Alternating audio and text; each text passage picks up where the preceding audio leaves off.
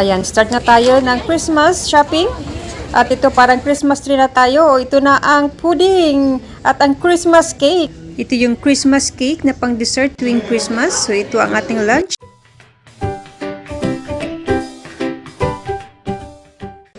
Hi guys! Welcome back to my channel. This is Jane in Ireland. So for today's vlog, hustle and bustle dito sa city at mag-start na tayo ng Christmas shopping. So ito yung Cork City, Ireland. So andito tayo ngayon mag-ikot-ikot, maghahanap ng kung ano-ano.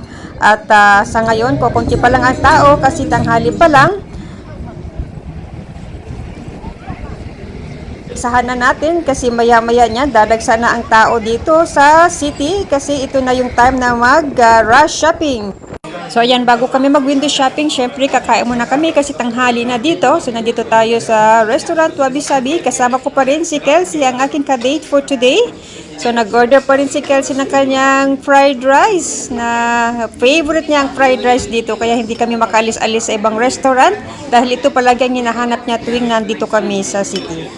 Ang ayaw naman niya sa fried rice ay yung garlic, pero kinakain niya yung onion. Tapos ito naman ang aking in-order, tempurang mixture, king prawns, veg, and salmon. So para naman maiba ngayon at may sauce. Ayan, ang ganda ng presentation. At meron akong ebitori. Ayan. At ang masarap nilang chicken gyoza, ayan, na brown. Yan ang gusto ko talaga sa luto ng gyoza. Ang presyo pala niya ng ebitori roll is €7.90. So, mga 450 something in peso. Tapos yung chicken gyoza, €7.50. Tapos sa peso ay 435 something. Ang fried rice nila dito ay €4.20, mga 250. And then yung tempura mix ay €10.90, so mga 630. So, yun ang price nila dito.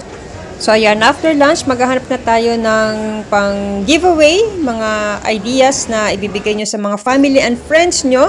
So dadalhin namin kayo sa isang shop dito na marami mga chocolate, mga Christmas pudding na pang giveaway at cake. Ayan, merong Christmas tree dito sa loob ng mall, ng shopping mall. So ayan lang guys, pinakasimple lang na Christmas tree.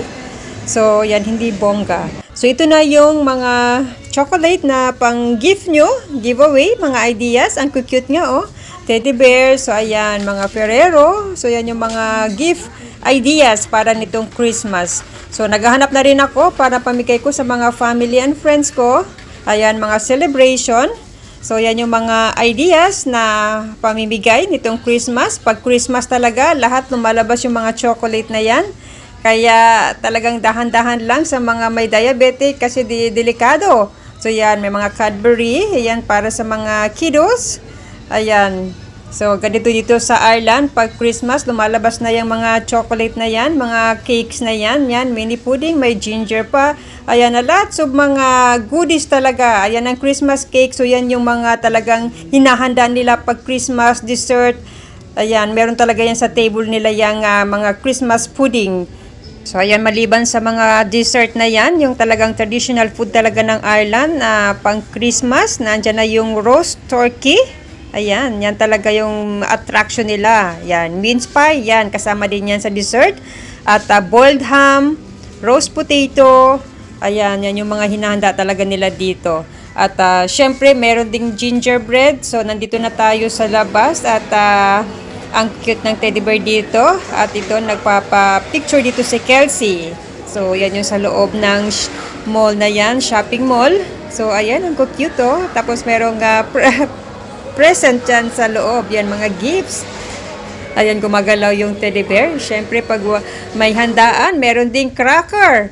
So, yan yung makikita mo yung may mga surprise sa loob ng cracker. Tapos ito pala guys, yung mga sa pang gift na ideas. Yan, €15 yan. Biscuit yan nasa loob. At ito rin yung pang Christmas na halaman, poinsettia. Ayan, fresh yan siya. Ayan, €13 o €14 yata yung isang halaman na iyan. Mga ₱700. So, ito, nag-shopping na tayo dito sa Penny's. So, unti-unti na, bibili lang tayo ng mga pajamas. At kailangan pang warm, mga gloves, mga something, kung ano-ano lang na na dadampot ko dyan at para sa mga kids. At ito, maraming tao na sa loob, mahirap na gumalaw at lalo na doon sa counter at mahaba ang queue.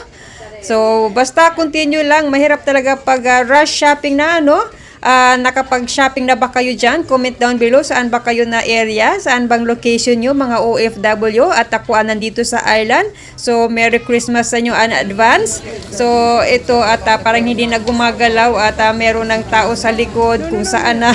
So, ganun talaga pag Christmas, talagang busy, tsaka ang ingay at dumadami na ang tao dito. So, nagkakasagian na, siko to siko dito. Kaya kailangan na natin mag-exit. At asan ba ito nanggaling itong mga tao na ito?